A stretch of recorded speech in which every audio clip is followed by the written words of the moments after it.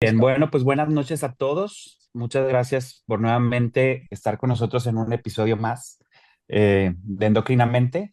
Y pues bueno, el día de hoy vamos a hablar un poco acerca de la obesidad.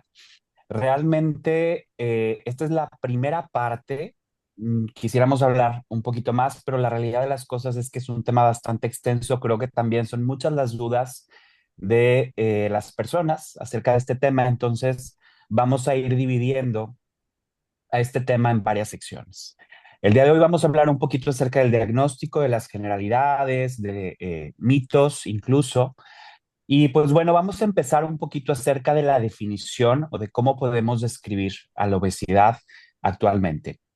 Las diferentes asociaciones médicas, la Organización Mundial de la Salud define a la obesidad como una acumulación excesiva de tejido adiposo que pone en riesgo o puede generar riesgos para la salud.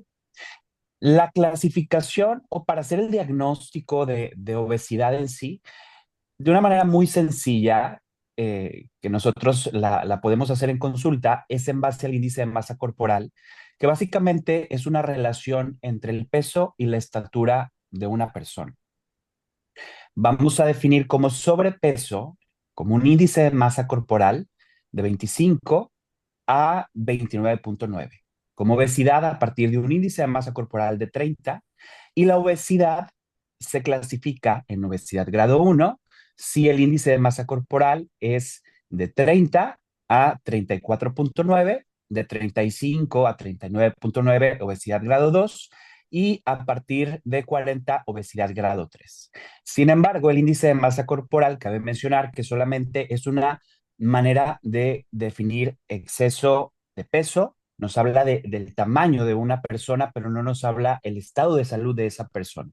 Por eso tenemos que ir un poquito pues más allá y tenemos que identificar si cada persona que padece obesidad tiene algunas alteraciones y por eso es importante el solicitar ciertos laboratorios, como medir niveles de glucosa, como valorar el estado renal, como valorar el funcionamiento hepático, entre muchas otras cosas más que vamos a ir hablando el día de hoy. Para comenzar, digo, voy a ir preguntando a los diferentes doctores algunas preguntas y pues cada uno de los demás puede complementar lo que decimos cada quien, ¿no?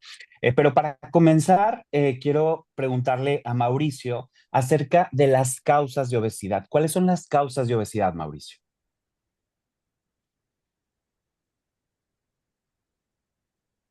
Mauricio, estás en mute. Mauricio, Está en mute.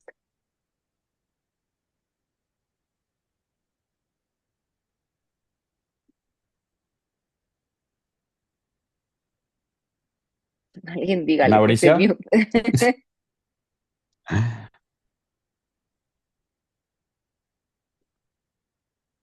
Siento que ¿En dónde está? A ver, ahí, haciéndole así. actívale su micrófono. A ver,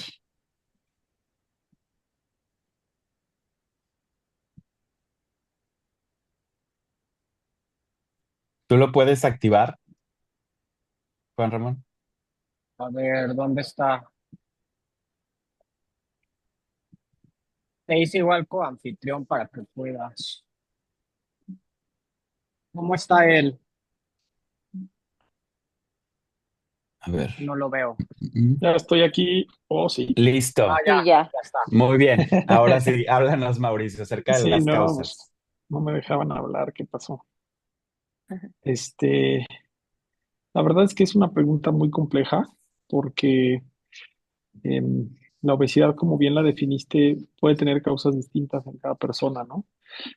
Si nos vamos desde el punto de vista como global, como poblacional, yo creo que tiene que ver con una transición ambiental muy importante, ¿no? O sea, que tiene que ver con globalización, comercialización de productos ultraprocesados, la ingesta de los mismos desde etapas tempranas de la infancia, ¿no?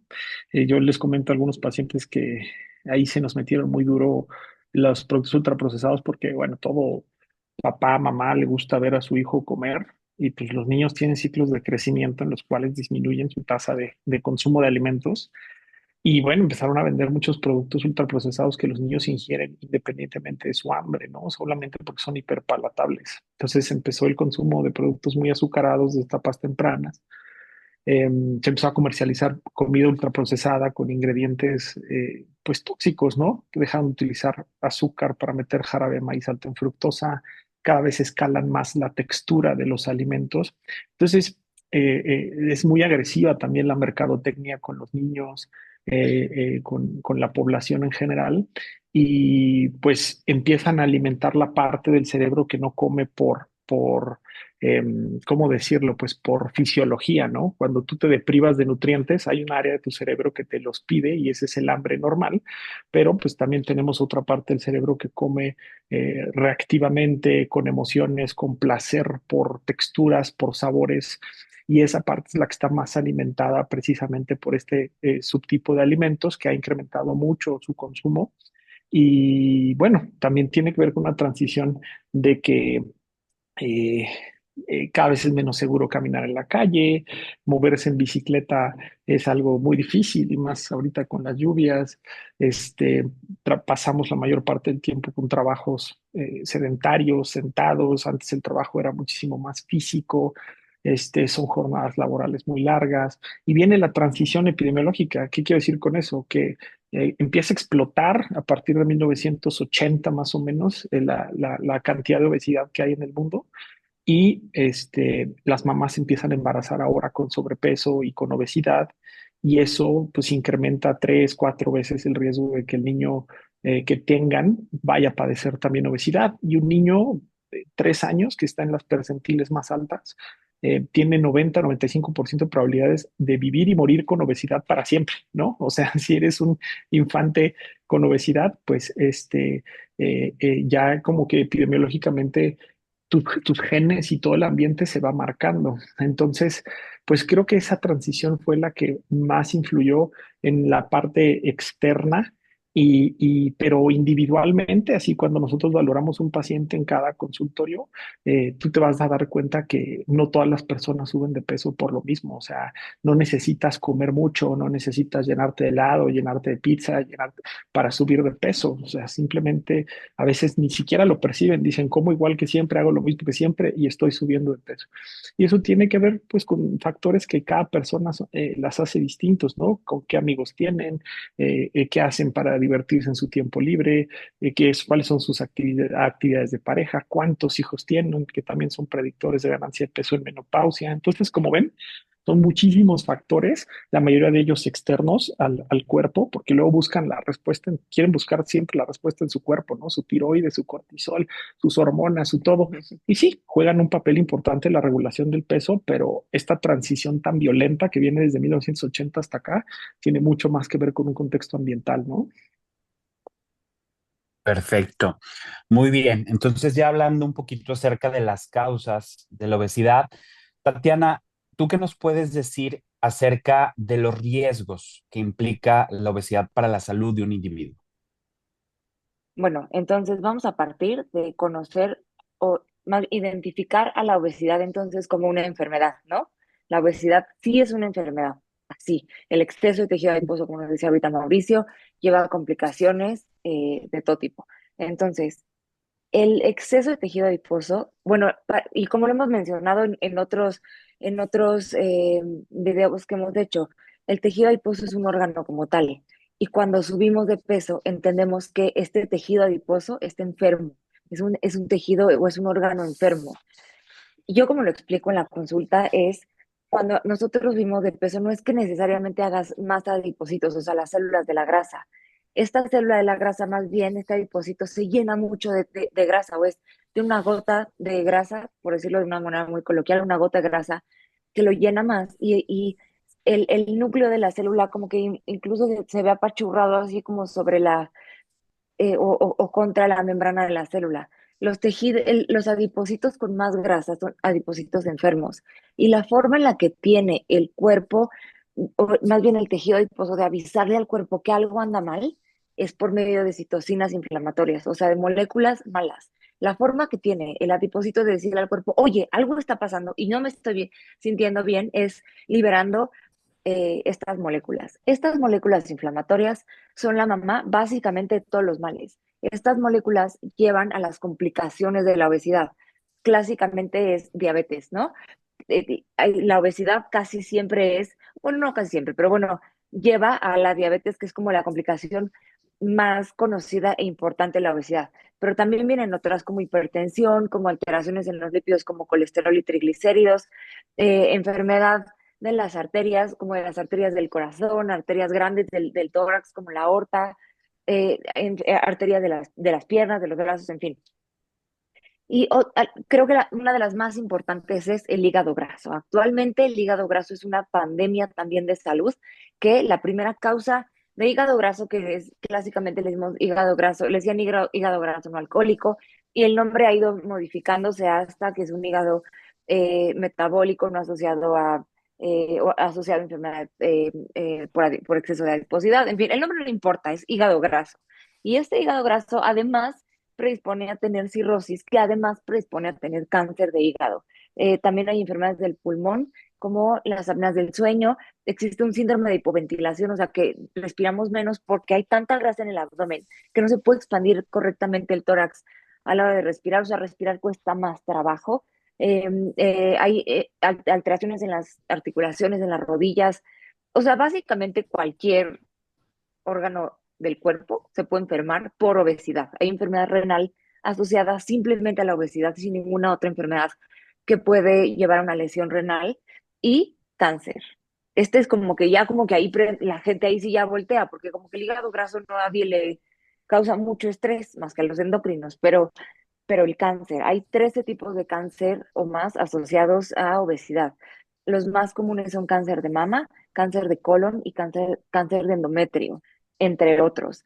Entonces, la obesidad es una enfermedad que además causa muchas otras enfermedades, que es la primera causa de muerte a nivel mundial. Yo, o sea, a ver, la obesidad es una enfermedad más mortal que el cáncer. La obesidad mata más humanos en el mundo que el cáncer. Y la deberíamos de ver como con esa seriedad. Creo que no, creo que ya la normalizamos y ya normalizamos vernos con sobrepeso u obesidad, pero es más fácil que alguien se muera por obesidad a que por un cáncer. Entonces, pues es eso, ¿no? Hay muchas consecuencias de la obesidad y por eso la consideramos una enfermedad. O sea, no es berrinche tener a la gente delgada, ¿no? Es, sí hay una razón atrás por la cual nos preocupa el exceso de tejido adiposo en los pacientes. Bueno, la gente en Claro, general. claro. Ya mencionaste, pues bueno, las diferentes complicaciones, desde las complicaciones de metabólicas que van desde, por ejemplo, diabetes, hipertensión, alteraciones en los lípidos, hígado graso, cáncer, alteraciones también que pueden ser en articulaciones, por ejemplo, osteoartritis de rodilla, y también alteraciones que muchas veces no las vemos, que son Ujú. alteraciones del ámbito como ansiedad o depresión Psicológico, psiquiátrico, ajá. psicológico, que tienen una alta prevalencia en esta población y que muchas veces pues pasan por ahí desapercibidas, ¿no? Y es también eh, una parte de la consulta, pues dedicarla a ir definiendo qué pacientes pueden tener algún tipo de alteración en esta área.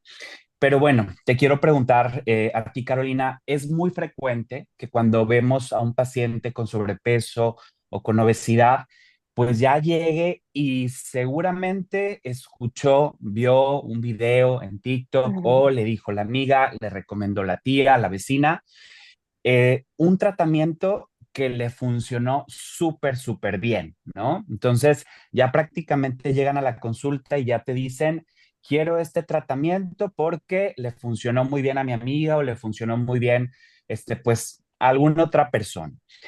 Y pues creen muy frecuentemente que el resultado va a ser exactamente el mismo.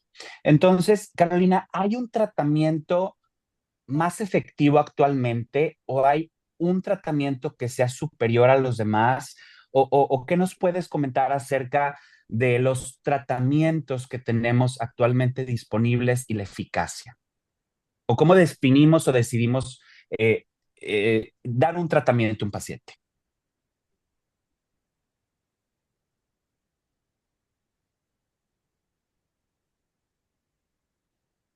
Si quieres, Creo que está desactiva.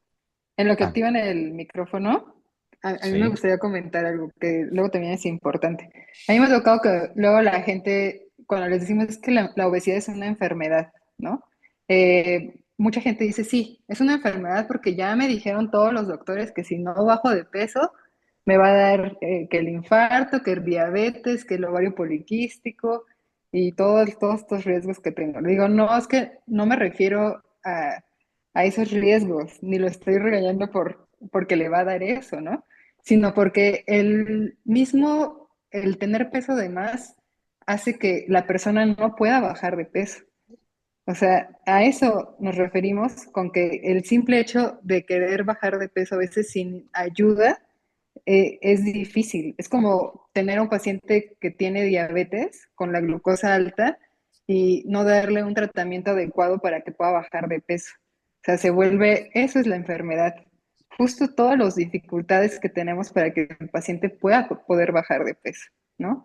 No nada más pensar en los riesgos, sino también en que por eso no puede bajar de peso la persona. Es una enfermedad por eso, ¿no? exactamente. Sí, hola, estoy por aquí, ¿sí me escuchan? Sí, Ah, perfecto. Justo como dice Fátima, ¿no? Mm, Hay pacientes con diabetes que si no les das un medicamento no van a bajar su glucosa por más que disminuyan su alimentación o estén con casi puras proteínas, una tortillita, es como tienes una enfermedad que no te permite procesar bien la glucosa. Lo mismo la obesidad, tienes una enfermedad que no te permite eh, bajar de peso y dejar de acumular grasa y grasa visceral. Por lo tanto, hay diferentes tipos de tratamientos que nos apoyamos para que nos permitan llevarte a un mejor estado de salud, ¿no? Y que ahorita actualmente hay tantos tratamientos disponibles que ya y que son tratamientos tan que la gente conoce, ¿no? Que se habla mucho de ellos en TikTok, tal, que es como yo quiero el que tiene mi prima o le fue muy bien al que tiene mi vecina y tenemos que enfocarnos un poco en el paciente que tenemos enfrente, ¿no? Entonces, que quisieran que tal vez dijéramos, ah, no, el mejor tratamiento es y póntelo así y todo el mundo, "Ujú, voy a hacer eso, ¿no? No, porque tenemos que individualizar el tratamiento para cada paciente. Ujú. Es decir, depende por la causa por la cual están subiendo de peso, es el tratamiento que mejor les va a convenir a ese paciente, ¿no? Actualmente tenemos varios tratamientos aprobados para la pérdida de peso. Cosas importantes es que tenemos que usar tratamientos que están aprobados por la FDA. Ajá. No todos los tratamientos o hay supresores del apetito que no están aprobados por la FDA para pérdida de peso, para el tratamiento de la obesidad. Hablando de los tratamientos, actualmente tenemos en orden de aparición en que se fueron descubriendo y usando, ¿no? Tenemos el Orlistat, mm, tenemos naltrexona con bupropión, que comercialmente se llama Misimba, ¿no? Tenemos fentermina y topiramato, que en México tenemos que nosotros hacer la combinación porque no existe esta combinación ya en una sola tableta como la hay en otros países. Liraglutide, semaglutide y tirzepatide. Uh-huh. Y cada tratamiento tiene un efecto diferente o actúa en un punto diferente de los pacientes que viven con obesidad. Es decir, si el paciente, la causa por la cual está subiendo de peso o empezó a subir de peso es porque está en un proceso de estrés, de ansiedad, de depresión, podemos pensar en que le conviene más y se va a controlar más con un medicamento como naltrexona con bupropión que trata más hacia el hambre emocional, ¿no? Mm, Hablar de cómo funciona cada medicamento, podríamos estar aquí 2 horas nada más en cada uno de los tratamientos, cómo funcionan y cómo actúan y cuál le conviene para cada paciente. Pero a grandes rasgos, que lo vamos a tocar más a fondo en las siguientes pláticas, les puedo decir que eh, tenemos que enfocar el tratamiento al paciente que tenemos enfrente. Ujú. dependiendo cuánto peso necesita perder mi paciente para mejorar su salud, dependiendo qué enfermedades tiene asociadas a la obesidad, es decir, es un paciente que tiene obesidad, que tiene resistencia a la insulina o que tiene diabetes o que tiene hígado graso o que solo subió de peso eh, por el embarazo y después no lo logró recuperar y entonces vamos a ayudarle un poquito a recuperar su peso normal, pero no tiene alguna enfermedad asociada. Entonces, dependiendo cuál es el contexto del paciente, es el tratamiento que vamos a dejar, ¿sí? Y dependiendo la cantidad de peso que necesita perder para estar en un nivel de grasa normal. Ujú. Es decir, si el paciente necesita perder un 5% de peso, pues podemos usar fentermina con topiramato que va a perder ese 5-7% de peso, ¿no?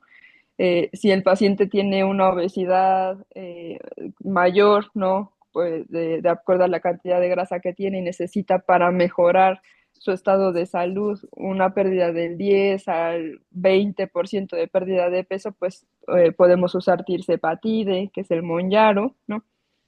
Si el paciente tiene mucho riesgo cardiovascular, es decir, es un paciente que ha tenido antecedentes de infartos o tiene hipertensión y fuma, por lo tanto tiene un riesgo cardiovascular elevado y su papá falleció por un infarto, pues le conviene usar semaglutide, que actualmente es Wegovy o Ozempic.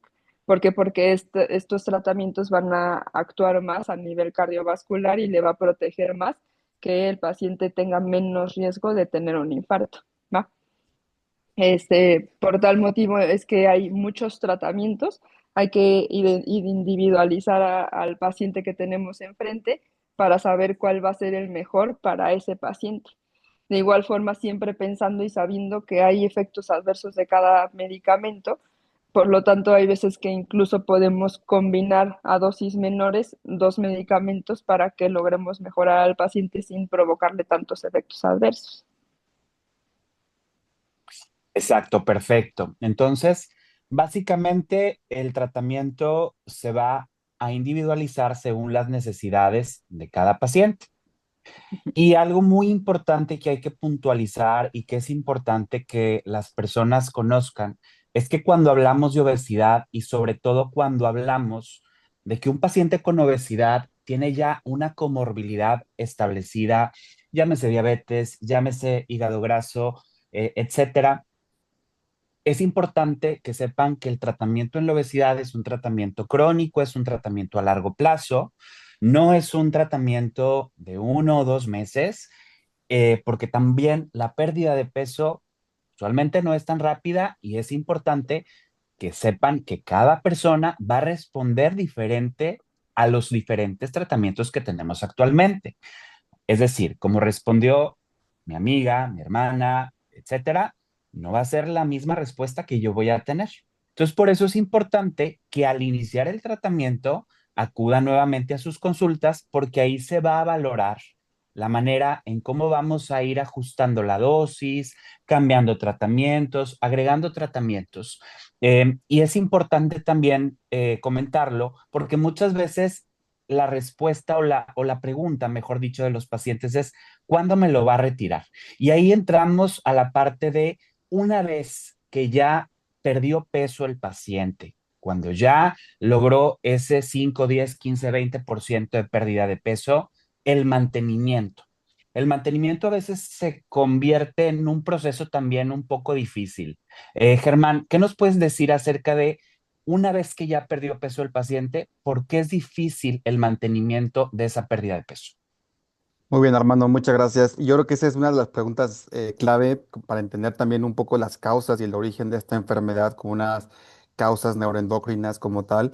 Sabemos hoy en día que pues entre pues quizá perder un 5 al 10% del peso en unos 3 6 meses, quizá pueda ser relativamente rápido, fácil, si el paciente entra en una dieta restrictiva o está con un tratamiento farmacológico por varios motivos, ¿no? O sea, una pérdida de peso inicial puede llegar a ser relativamente fácil o sencilla, pero aquí, como tú dices, el verdadero reto es entender esta enfermedad como un tema crónico y que esos 6 meses, si realmente no hacemos un plan a largo plazo, pues sabemos que luego la reganancia de peso puede ser del doble, del triple, ¿no? Del peso inicial perdido. Entonces, aquí el concepto yo creo que más importante que todos los puedan, hablándolo muy sencillo para que todos nos quede muy claro, estimados pacientes que están aquí con nosotros, fíjense y ustedes entiendan que el cuerpo cuando empieza a perder peso y con tan solo pierde peso del 5 al 10% que no llega a ser una pérdida de peso abrumadora realmente, tu cuerpo lo ve ¿cómo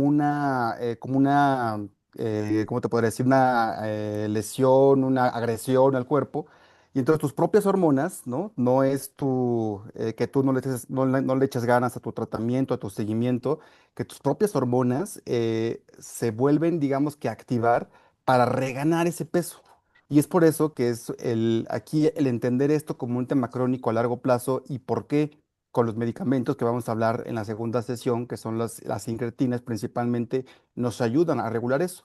Ustedes piensen y quédense con el concepto que entre van perdiendo peso, las hormonas que producen hambre van a ir aumentando conforme vamos perdiendo el peso. Entonces, más allá de tu falta de voluntad, son tus hormonas, es tu biología que te va a favorecer a que otra vez los antojos, el apetito aumenta y las hormonas que nos producen saciedad vayan bajando. Entonces cada vez tenemos menos saciedad, tenemos que hacer ajustes de tratamiento y por eso es común que digan los pacientes que están con alguna incretina después de un cierto tiempo, doctor, es que ya no me hace efecto el medicamento, otra vez tengo hambre, otra vez no me lleno y ahí es cuando hay que hacer ajustes en el tratamiento, modificar dosis, esquemas, combinar terapias. Porque nosotros sabemos que es un proceso normal, natural del cuerpo, no es de que ustedes no estén haciendo bien las cosas, no es falta de voluntad, solamente es la biología que tu cuerpo está hablando. Perfecto, excelente respuesta. Y eso nos lleva a la siguiente pregunta. Fátima, muchas veces, o creo que todavía se ve a la obesidad como un problema estético y no como una enfermedad en sí. Entonces, ¿tú qué nos puedes decir acerca de esto? Ahí ya sí estoy bien, ¿verdad? La obesidad es una enfermedad y yo creo que falta mucha educación en la gente, porque desde la palabra obesidad o cuando la utilizamos, a veces yo les digo que a veces lo sienten como una ofensa, pero que así se llama la enfermedad. Que después se le vaya a cambiar el nombre y todo, pues es otra cosa, pero es una enfermedad. El problema es que es una enfermedad tan compleja que afecta a varias partes de nuestra vida. No nada más la cuestión de que la misma obesidad altera las hormonas. La misma obesidad genera otras complicaciones, genera problemas del estado de ánimo, y pues sí, lamentablemente a lo largo del tiempo, pues le hemos dado más importancia al aspecto físico, ¿no? Cuando no es nada más el aspecto físico. O sea, es muy complicado porque es una enfermedad que engloba muchos aspectos, pero no es nada más la parte física, es todo lo que puede generar o todas las alteraciones que nos puede traer. Y claro que si la tratamos, pues va a traer también el beneficio de lo físico, ¿no? Que ahí está lo padre de todo esto y sobre todo con los tratamientos que tenemos actualmente, es que el mejorar el peso no nada más va a mejorar nuestras hormonas, nuestro estado de ánimo, sino que también vamos a tener un beneficio físico, pero no es lo principal, porque también me ha tocado ver que de repente hay algunos pacientes que ya se llegan a obsesionar con algunos aspectos que a lo mejor no se van a lograr con un tratamiento de los que tenemos actualmente para obesidad, sino que ya es algo muy, muy, muy específico que quieren mejorar, ¿no? Pero bueno, Muy bien, perfecto. Creo que Tatiana quería comentar algo. Tatiana. Es algo como muy rápido, pero sobre lo que dijo Germán de cuando los pacientes dicen, es que ya volví a tener hambre. Y lo dicen hasta cierto punto molestos. No sé si lo hayan visto en el consultorio, pero es que ya tengo hambre otra vez. Es que hay que, o sea, el hambre está bien, el hambre es para salvarte la vida también. Ahora, también tener hambre no significa que te vas a ir a comer un gansito. Hay que aprender a tener hambre otra vez. Hay que aprender a comer, pero también algo muy importante es entrenar los ojos durante el tratamiento y creo que eso se nos va a veces. Aprender a conocer las porciones, aprender a conocer lo que es comer bien, porque ya se nos olvidó. Creo que ya, o sea, nos sirven de comida en un restaurante y siempre son porciones súper grandes. Entonces, creo que tenemos también que enseñarle esto a los pacientes, como no es que tener hambre esté mal, es que hay que aprender a saciar el hambre, qué comer, qué no comer, y ese sí es como mucho nuestro trabajo, y al menos yo reconozco que a veces esas son cosas que se te van en la consulta por el tiempo, por muchas cosas, pero no está mal tener hambre, el hambre, no, el hambre está bien, solo no hay hambre de chetos, nadie tiene hambre de comer porquerías, hay que aprender a diferenciar el hambre de la ansiedad por comer, y creo que ya se nos olvidó. Aquí también hay algo bien importante, es que el uso de los agonistas de GLP-1 con el tiempo y también como pasa con la cirugía bariátrica, sí genera cambios que hacen que después el hambre mejore un poco. O sea, sí, yo sí les he preguntado a pacientes, y no sé si ustedes también lo han visto, después de ya usar el tratamiento y que disminuyen el peso, no es la misma hambre que sentían al principio. Entonces, sí, con el uso del medicamento están teniendo hambre y no mejora y tienen una dosis que es una dosis media, también hay que explorar lo que es el hambre emocional, porque muchas veces dejamos de ese lado, dejamos de lado la parte emocional, que también es bien importante. O sea, la parte del estado de ánimo genera que si estamos mal nos dé hambre. Y con eso ni Mounjaro ni Wegovy va a ser efectivo. También me ha tocado muchos pacientes que están usando Wegovy, están usando Mounjaro y están con aumento de peso. Y dicen, es que no me está sirviendo. A lo mejor no está calmando la parte de la emoción y eso también es importante tratarlo. Hay que ver, con cada paciente es bien diferente, porque también por ahí preguntaban que cómo pueden ver si es efectivo el tratamiento. Este, son muchas cosas, cada paciente es bien diferente. Muy bien, perfecto. Y ahora vamos a hablar un poquito acerca de mitos y de realidades. La realidad de las cosas, como lo comenté al inicio, son varios episodios de obesidad, son muchas las preguntas, entonces no podemos extendernos tanto porque el tema es complejo y es muy largo, pero vamos a comenzar. A ver, Gladys, es muy frecuente que todavía las personas piensen que la obesidad es solamente el resultado de una falta de voluntad, de falta de disciplina, de falta de ejercicio de las personas. ¿Qué nos puedes decir de esto?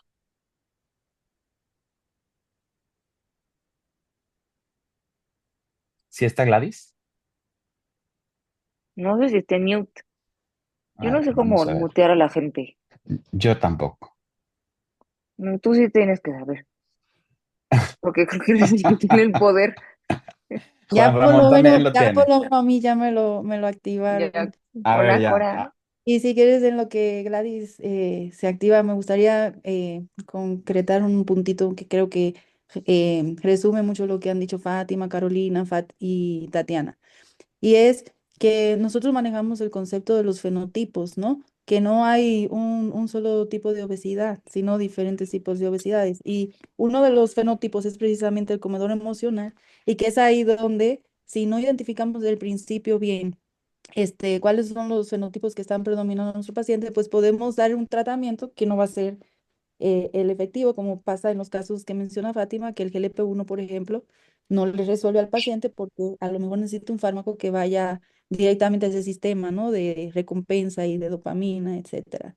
Y lo multifactorial, lo dije en el chat, o sea, el tratamiento integral, la terapia cognitiva conductual, el ejercicio, la nutrición, el medicamento, o sea, es más complejo de lo que creemos, no es solo ponerse el medicamento y gracias a la valoración en la historia clínica y lo que tú bien dices de van a una primera consulta y seguir a otra, es lo que nos va dando a conocer qué es lo que está funcionando o no en nuestro paciente. Creen que con una sola y con ponerse ya un medicamento, pues van a ver los resultados deseados. Y por último, un consejo un poco romántico, pero que creo que puede aplicarse para nuestros pacientes, lo que nos están viendo ahorita es que cometemos un error muy grave en las expectativas. y en compararnos con otro paciente. Entonces, no hacer una expectativa y ver nuestro progreso y confiar pues en el equipo que nos está tratando de que va a identificar los factores que nos están obstaculizando, ¿no? Si no lo decimos a los médicos lo que está pasando, si no hablamos con honestidad qué barrera tenemos en el ejercicio, qué barrera tenemos para seguir la dieta, etcétera, pues vamos a seguir en círculos y no vamos a lograrlo. Es un team y el eje principal de este team pues es el paciente. Solo quería mencionar eso, ¿no? De los diferentes fenotipos. Muy bien, No sé si perfecto. Gladys ya está. ¿Ya está Gladys? No, me parece que tenía temas de conexión. Entonces, la pregunta va para Juan Ramón. Juan Ramón, ¿qué nos puedes decir acerca de esto de que solamente es falta de voluntad y de disciplina personal? Bueno, la obesidad no es una cuestión de voluntad, ¿no? Eso de que la persona tiene sobrepeso, obesidad, o a veces dicen, es que estás gordo porque no le echas ganas, pues eso es falso, ¿no? Sabemos que la obesidad es una enfermedad crónica y está reconocida por la Organización Mundial de la Salud, como bien lo dijeron. Y bueno, resulta de una interacción compleja entre genes, la biología, el entorno, la salud mental, la conducta. Y también sabemos que el cuerpo va a presentar mecanismos que la van a favorecer, ¿no? Incluso la persona, hay muchas personas que hacen miles de dietas o planes alimenticios, hacen ejercicio y por más que lo hacen, no logran perder peso, ¿no? Y esto es por lo complejo que es la obesidad y que ya pues todos ustedes lo mencionaron. Entonces, no, ahí viene el estigma de la persona está así porque no le echa ganas, ¿no? Entonces, no es una cuestión de voluntad, va mucho más allá de eso y es de esta interacción tan compleja. Por eso decimos que la obesidad es una enfermedad crónica, heterogénea, multifactorial y es recurrente, ¿no? Entonces, por eso aquí el abordaje es multidisciplinario, ¿no? Y sí el estilo de vida es importante, pero también a veces necesitamos otras herramientas como fármacos o incluso cirugía bariátrica si el paciente es candidato, ¿no? Para que el paciente no solo logre perder, sino que mantenga el peso perdido, que bueno, eso lo vamos a ver en otras sesiones. Perfecto. Pues ya más o menos ahí respondió la siguiente pregunta que le iba a hacer a Tatiana, pero igual y Tatiana pudieras complementar un poquito más acerca de lo que dijo Juan Ramón, que muchas veces cuando nosotros tratamos un paciente o estamos frente a un paciente, muchas veces nos dice, no, la verdad es que yo creo que lo puedo hacer yo solito, creo que yo, moviéndome más y comiendo menos, lo voy a lograr. ¿Qué le dirías a ese paciente que tiene obesidad, que tiene alguna comorbilidad establecida y que te pregunta esto, te dice esto? Justo, yo creo que todos hemos tenido esta consulta y no se trata de imponer, se trata de platicar y negociar y que el paciente esté contento, porque yo no lo voy a obligar a ponerse nada ni nada. Hace poquito tuve un paciente que, hay veces que les pregunto a los pacientes, ¿tú vienes o te trajeron? ¿No? Porque hay veces que así te contestan, no, si yo no ni quería estar aquí. Entonces, primero romper eso, o sea, ese paciente así me dijo, yo no ni quería estar aquí, vine porque mi papá pues casi que me mandó a consulta y es un paciente súper joven que tiene una obesidad importante, pero no tenía ninguna alteración metabólica todavía. La palabra clave es un todavía. No es lo mismo un paciente que metabólicamente, o al menos en laboratorio se ve bien, que no quiere decir que esté bien, ¿eh? Pero que no tienes una prisa metabólica de que baje de peso. Y hay otros pacientes que tienen la glucosa en 123, así de es que es media hora te da diabetes y tenemos que hacer algo. Lo más importante es platicarle al paciente en dónde está, hablar con mucho respeto sobre la condición que están viviendo, que claramente no la quieren tener. O sea, no es que alguien quiera vivir con diabetes y no quiera hacer nada, pero es que tienes que entender en dónde está el paciente, encontrar, que los dos se encuentren en un lugar cómodo de hablar de tratamiento, en fin. Por ejemplo, este paciente que les digo, lo vi hace 4 meses, porque lo vi creo que ayer o antier. Hace 4 meses me dijo, yo no quiero medicamentos y le quiero echar ganas. Dale, te vas a ir a echarle ganas y hacer todo Claro. bien. Y en 4 meses vemos, hicimos un InBody antes y después, bajó un poquitito su porcentaje de grasa corporal y aceptó el medicamento, pero ya en un lugar mucho más, de mucha más aceptación de Claro. ayuda, de que no es hacer trampa, pero es hablar con el paciente, entenderlo y cero imponer. O sea, esa medicina paternalista de es que yo soy el doctor, No, qué ya no. flojera. Ahí, por ahí no va, ¿no? Entonces, pero creo que no todos los doctores están en ese lugar. O sea, ¿cuántos ortopedistas desde, pues tiene que bajar señora porque está gorda? Cállate, así no se habla. Entonces, si ya le hablaron así y viene con 30 años de haber escuchado esa historia, llegas tú y no están ni siquiera acostumbrados a que les preguntes, oye, ¿tú qué quieres? ¿O qué piensas tú de Claro, los medicamentos? ¿Y qué quieres que hagamos? Pero pues es la medicina como ahora la tenemos que empezar a ver y hacer, ¿no? de acuerdo. Exactamente. Incluso como dice Tatiana, el abordaje del peso de las personas, o sea, es un tema delicado, ¿no? A veces las personas no llegan por el peso, a veces llegan por las Ujú. enfermedades que se asocian al peso. Entonces, ya el que nosotros le impongamos a la persona que tiene que perder peso puede ser algo agresivo. O sea, necesitamos abordar esa barrera de una manera más empática, como, a ver, ¿qué opinas de tu exceso de peso o de tu exceso de grasa, ¿no? O hasta preguntarles si podemos hablar del peso. Exacto, Hay veces que vienen por un problema, no sé, de que tuvieron una adenoma en la hipófisis y que nada tiene que ver con el peso y preguntarle, oye, ¿podemos hablar de tu peso? ¿O quieres hablar de tu peso? Y muchas veces te dicen que no y pues dices, claro. ok, y Y trata sus enfermedades y ya, y le dices que aquí estás para ellos, ¿no? El exacto. día que quieras hablar de esto, aquí voy a estar. Pues Perfecto. Pues muy comprensión y bien contestado. acompañamiento, ¿no? Ujú. Excelente. Y Mauricio, ¿hay alguna pérdida de peso más efectiva? Si es una pérdida de peso rápida, si es una pérdida de peso lenta, ¿cuál de las dos pérdidas de peso es más efectiva? ¿Existe? Digo, lo que pasa es que es muy variable, ¿no? O sea, está como escrito en algunos libros y clases y sobre todo algunos nutriólogos hablan de pérdidas de peso de medio kilo, un kilo semanal como un margen adecuado de pérdida de peso, porque en algunos estudios se ha visto que es como mejor responde la composición corporal, ¿no?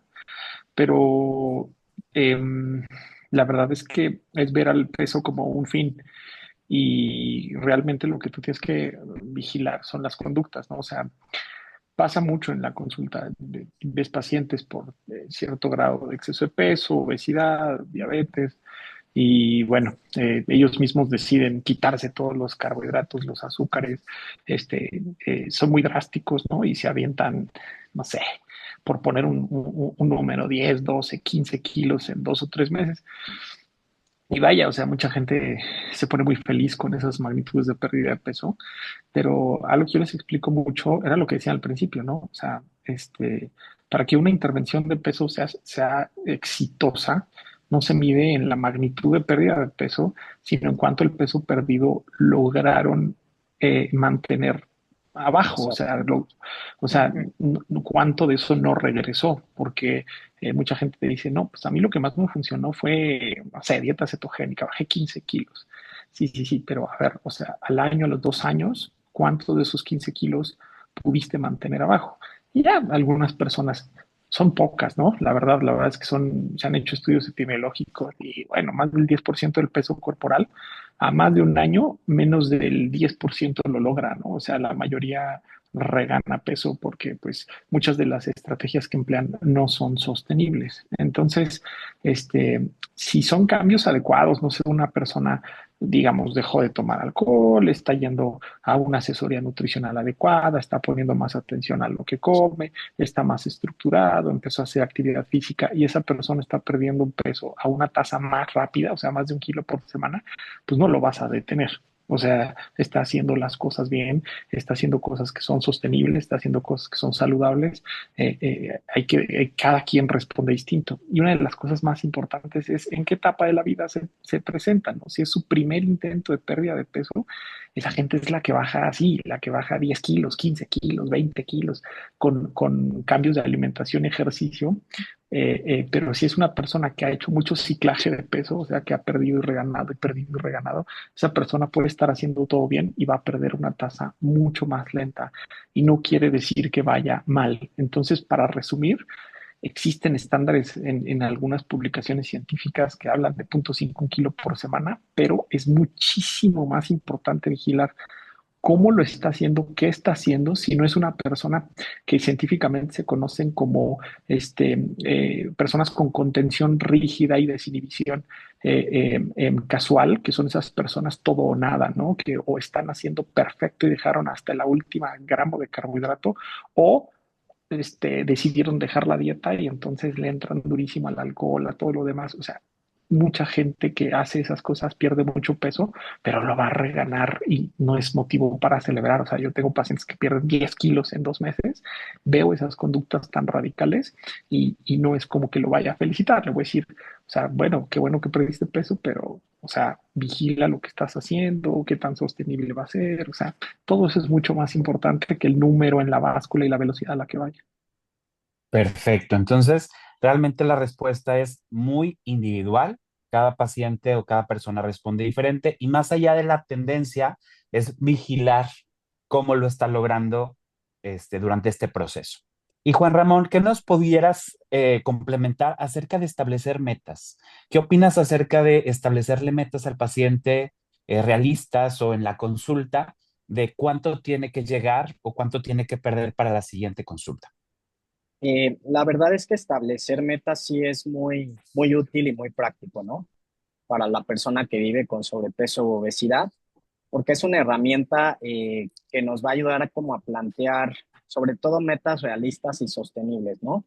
Nosotros usamos unas siglas, que es la palabra SMART, y esta nos va a ayudar a justo a tener estas metas que sean sostenibles, que sean realistas, y por sus siglas, la S es que sean metas específicas, es decir, deben ser metas claras, concretas. Por ejemplo, la persona, o sea, que no hace nada de actividad física, a ver, vas a empezar por caminar 15 minutos, 30 minutos al día, y a lo mejor a la siguiente consulta ya lo estoy haciendo 3 veces a la semana. ¿Qué tal si agregas otro día?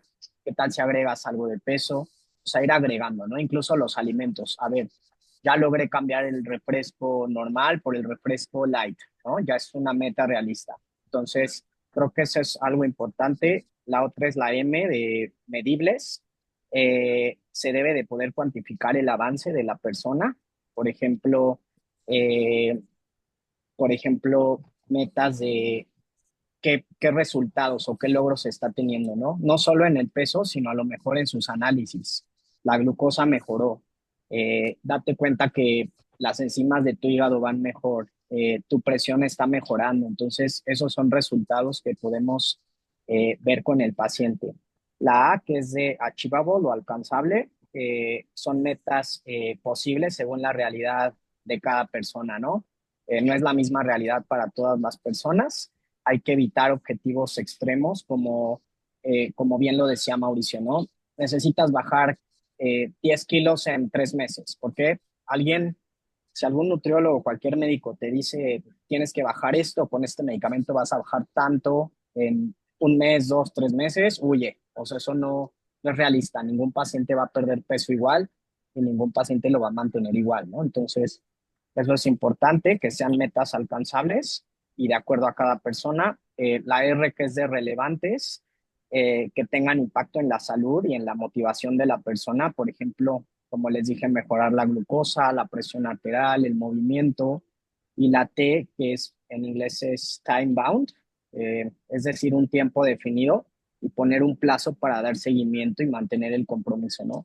Como bien dijimos, esta es una enfermedad crónica, requiere seguimiento cada mes, cada trimestral. Si la persona va bien, a lo mejor está manteniendo el peso, pues puedo ir eh, prolongando las citas, ¿no? Pero obviamente siempre con un equipo multidisciplinario, esto va a ser mejor. Entonces, en conclusión, son estos objetivos SMART en el tratamiento de la obesidad, y esto va a permitir estructurar un plan claro, medible, realista, y pues esto también va a aumentar las probabilidades de éxito del paciente, ¿no? No sé si Perfecto, alguien muy más quiere bien. agregar algo. Bueno, muy bien. Y otra de las cosas que creo que comentaste, Tatiana, que no todos los médicos estamos como en la misma sintonía, no todos tenemos, o no todos los médicos que se dicen que tratan obesidad realmente la saben tratar de manera adecuada. A mí me pasó recientemente que una paciente llega conmigo después de varios intentos a lo largo de su vida por perder peso y realmente tenía miedo de la consulta porque el último médico con el que fue, que era un médico bariatra, me refiero no a un cirujano bariatra, como a estos médicos que hacen como un diplomado en pérdida de peso, en obesidad, no sé. Sí, Eh, creo que tenemos que hacer esa ajá, aclaración al ratito de lo que es el exacto. bariatra. Si quieres hazlo de Sí, una vez, ya que Ah, bueno, es estás. que, ajá, haciendo es que paréntesis. médicos así, bariatras o sea, hay cirugía bariátrica y entonces el bariatra como tal es el cirujano que hace una cirugía bariátrica. Hay mucha gente allá afuera que son charlatanes que dicen que son bariatras.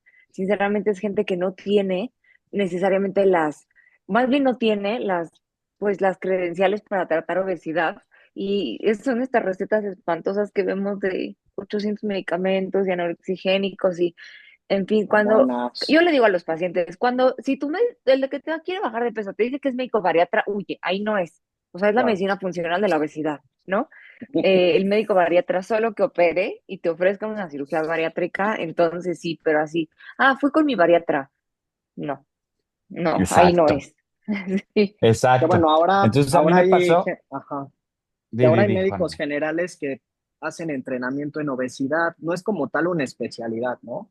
Pero obviamente cada Pero vez pero vemos si lo hicieron más, bien, no se exacto. autodenominan bariatras. Es un Bariatras no médico es que como trata tal una obesidad. especialidad, no la es. Sí. Exacto.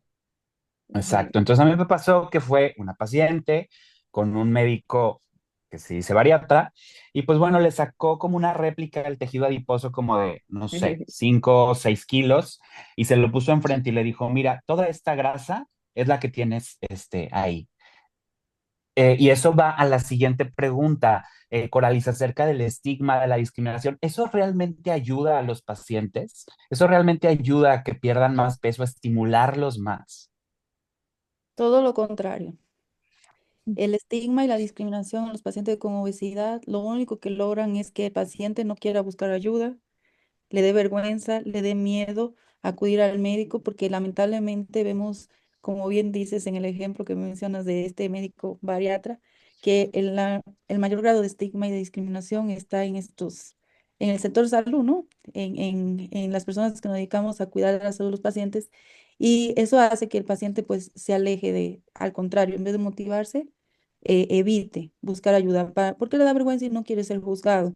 También el estigma y la discriminación hace que no quieran ir al gimnasio, que no les gusta estar en grupos de ayuda, etcétera, porque pues finalmente todo esto afecta su estado emocional. Hay mayor riesgo de ansiedad, de depresión en nuestros pacientes. De por sí, el estado inflamatorio que tienen por la obesidad misma se asocia mucho, ¿no? A mayor riesgo de ansiedad, depresión. Imagínense con el grado de estigmatización que pueden estar viviendo y de discriminación más la baja autoestima. Y eso, en vez de motivar, en ningún aspecto va a motivar, lo único que hace es al contrario, desmotivar al paciente y reprimirlo, que le dé vergüenza y pena buscar ayuda.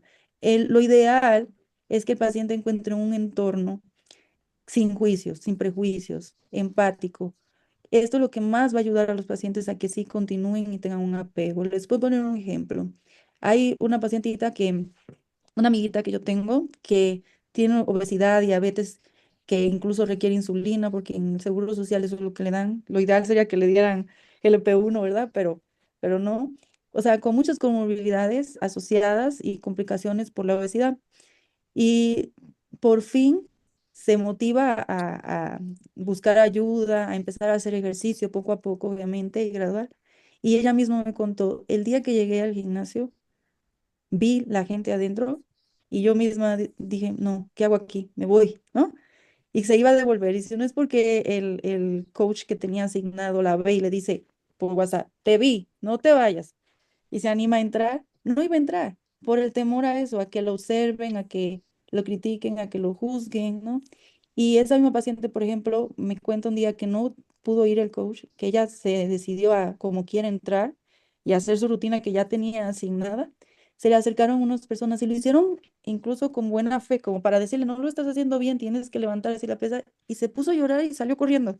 Entonces, hay que tener mucho, mucho cuidado. La obesidad es no solo una enfermedad crónica, compleja, inflamatoria, que se asocia a muchas complicaciones, sino es frustrante, desgastante, es triste. Por esto que explicaba el doctor Germán, ¿no? De bajas pero reganas y siempre la gente pues te está Mm, señalando de que es que vuelves otra vez a comer mal y que es tu culpa, etcétera. Entonces hay que romper eso. Uno de nuestros objetivos, y sépanlo bien todo lo que están oyendo de este grupo, que se reúne cada mes para platicar con ustedes en el contexto de obesidad, es romper con esos estigma y prejuicio. Un médico que tenga estigma y prejuicio con la obesidad no debería tratar a un paciente con obesidad. ujú. En vez de ayudar, va a desayudar, sinceramente. Perfecto. Entonces, para que les quede muy claro, si van con algún médico y los trata de esta manera, pues definitivamente ahí no es, hay que buscar otra opción. Y pues bueno, ya vamos a terminar con esta sesión. Ya nada más voy a hacer una preguntita más y esta la pueden contestar Fátima, Gladys, Carolina, quien quiera. ¿Qué pueden opinar acerca del ayuno intermitente? Creo que muchas veces los pacientes en la consulta nos dicen o nos preguntan, ¿y si hago ayuno intermitente, eso me va a ayudar a perder peso? ¿Sí o no? Ujú. ¿Alguien? ¿Quién si quiere? Bueno, si no, yo contesto. El ayuno Ándale. intermitente, al igual que todas las demás dietas, son como formas en las que uno se puede acompañar dentro de su tratamiento para pérdida de peso. ¿Qué quiere decir? El ayuno intermitente, pues hay estudios en donde dicen que sí es efectivo. Sí puede ser efectivo, pero no a todas las personas les queda. Depende mucho de cómo estén también acostumbrados a comer. O sea, hay gente que está acostumbrada a desayunar a las 7 de la mañana. Si tú la pones a hacer el ayuno intermitente, no lo va a tolerar, nada más va a sufrir, no lo va a soportar. Entonces, no se trata de sufrir. En teoría, el ayuno intermitente, pues sí puede funcionar, pero es mejor para cada persona algún tipo de dieta. Y justo es lo que hemos visto es que ninguna dieta es más efectiva que la otra. Entonces, hasta eso también se puede individualizar. Entonces, yo la verdad les diría que depende de cada persona. Si Depende. ustedes lo toleran bien, está bien, es un buen método, pero si no, no se trata de Sí. estar sufriendo. Y Para que eso ya sea bien tenemos muchas llevado, herramientas. que no Ajá. sea algo que sea restricción y que luego te vaya a llevar a un atracón, así no funciona, ¿no? Sí, tiene que ser que la persona lo pueda llevar, ¿no? Entonces Claro. sí, definitivamente, o sea que yo siempre les digo que tienen que aprender a comer y que no nada más sea por un ratito en lo que llevan a lo mejor el tratamiento, sino que es algo que puedan mantener de por vida. Y pues a lo mejor el ayuno intermitente en todas las personas no es posible que se mantenga de por vida, ¿no? Perfecto. Pues bueno, creo que con esto cerramos nuestro episodio del día de hoy, pero sé que hay muchas dudas, veo que hay muchas dudas todavía en el chat, algunos estuvieron contestándolas. Por favor, en la imagen que todos nosotros publicamos en nuestro Instagram, nos pueden ahí poner sus dudas y si Claro. gustan, la siguiente sesión podemos ir Ujú. respondiendo algunas de Exacto, ellas. Y vamos a hacer más exacto. partes. O sea, obesidad es súper extenso, entonces vamos a tocar obesidad y muchos temas relacionados a la obesidad. Exactamente. Entonces, como quiera, si gustan, ahí nos pueden ir poniendo sus dudas y en los siguientes episodios trataremos de resolverlas. Les agradecemos a todos estar aquí, su presencia y bueno, gracias a todos los endocrinólogos. Que tengan bonita noche. Gracias por estar presentes una vez más. Y Hasta Bye luego. bye. recomiéndenos para la siguiente sesión y lo vamos a Bye subir a bye. YouTube. Pensé que Bye. iba a decir, recomiéndenos para que tengamos más consulta. Yo, No, no, no. cállate. No, para que vean las sesiones y se informe la gente. No tenemos nadie espacio pronto. Bye. Bye bye. Bye.